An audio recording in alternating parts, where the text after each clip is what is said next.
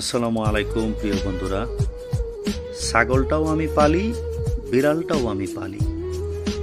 তো মূল বিষয় হইছে তাদের মালিক তো একজনই, সৃষ্টিকর্তা আল্লাহ পাক রব্বুল আলামিন তাদের মালিক।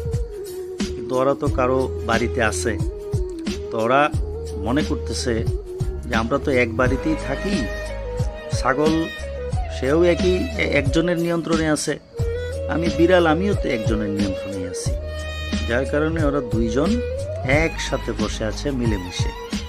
তো দিন শেষে আমি মনে করি প্রিয় বন্ধুরা, মিলেমিশে চলতে চাইলে সেটা পশু পাখি ছাগল আর বিড়াল নাই, যে কোনো প্রাণী মিলেমিশে চলতে চাইলে মিলেমিশে চলতে পারে।